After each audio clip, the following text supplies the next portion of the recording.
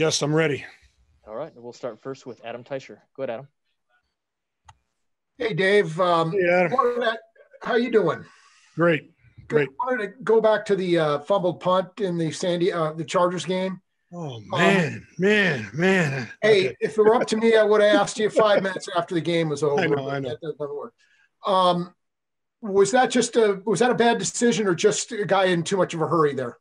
It's probably too much of a hurry. I'm sorry, Dave. Brad, I'll have a follow-up. He just kind of took his eye off the ball. The ball bounced right to him. I mean, if you look at the tape, it landed right in his hands. He just looked up at the coverage and he dropped it. 9 times. I mean, he's going to grab that ball every time, 100% of the time. That ball bounced right to him, so he just bobbled it and put it on the ground, and ended up being a bad play, obviously.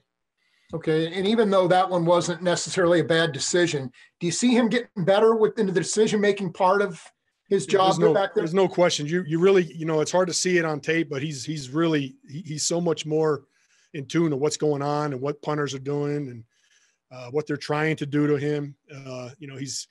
He's all the little small details that you really can't see, as a fan or as the normal person just watching the tape. I mean, he's catching on. He's doing very well with that. It's getting better. Let's go next to Sam McDowell. Go ahead, Sam. Brad, I'll have a quick follow-up to this. Dave, I know that you can't give away certain things, but is McColl the guy in the postseason? Because last year you had a game where you put Tyreek back there. Is that still in the mix for the playoffs? Tyreek is always in the mix. I mean, he's a guy that, we know can come in and do a great job for us catching. He's if not the best catcher we have on our team. So he's always an option. DeMarcus Robinson, he's an option, but right now McColl's our number one guy, and McColl is, he's got a good body of work and, in front of him. So behind him. So he's our guy and he's our number one guy. You got my follow-up there too. Thanks, Dave. Let's go next to Pete Sweeney. Go ahead, Pete.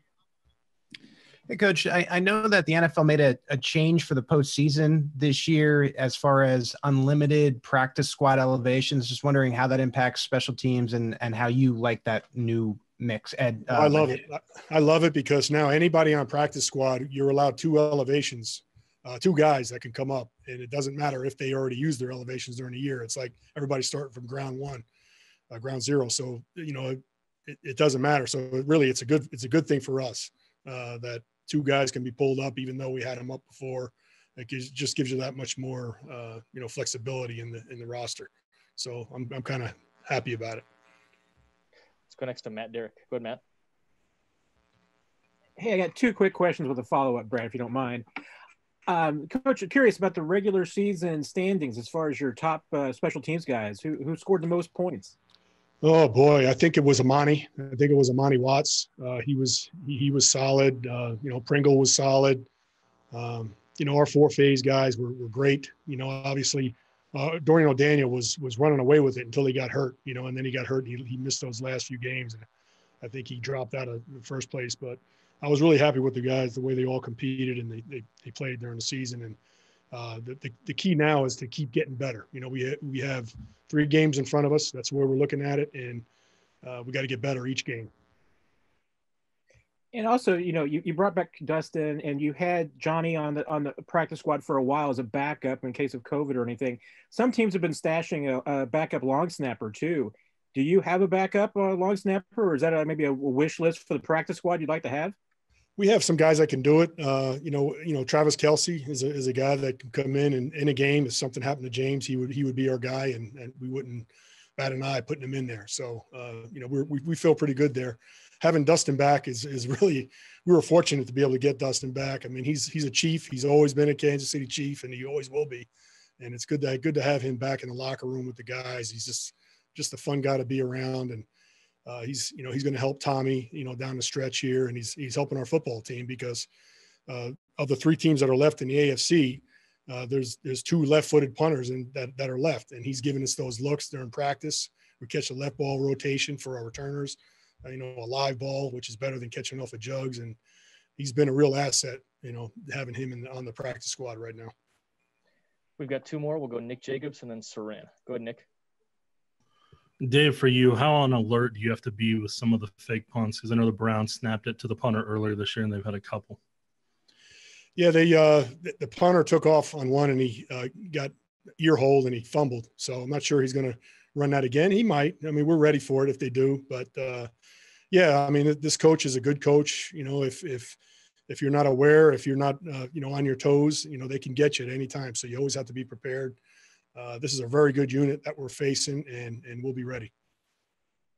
We'll go last to Seren Petro. Go ahead, Seren. Coach, the divisional game last year against Houston was kind of the highest of highs and the lowest of lows, right? No question. No question. What do you say to your team other than obviously, hey, let's not have the bad plays, right? But what do you take away? What is that experience, and what message comes from that game last year as you head into this? Every play matters. Every play is so important, and especially on special teams. I always say special teams plays are like work 2 plays of offense and 2 plays of defense on one play.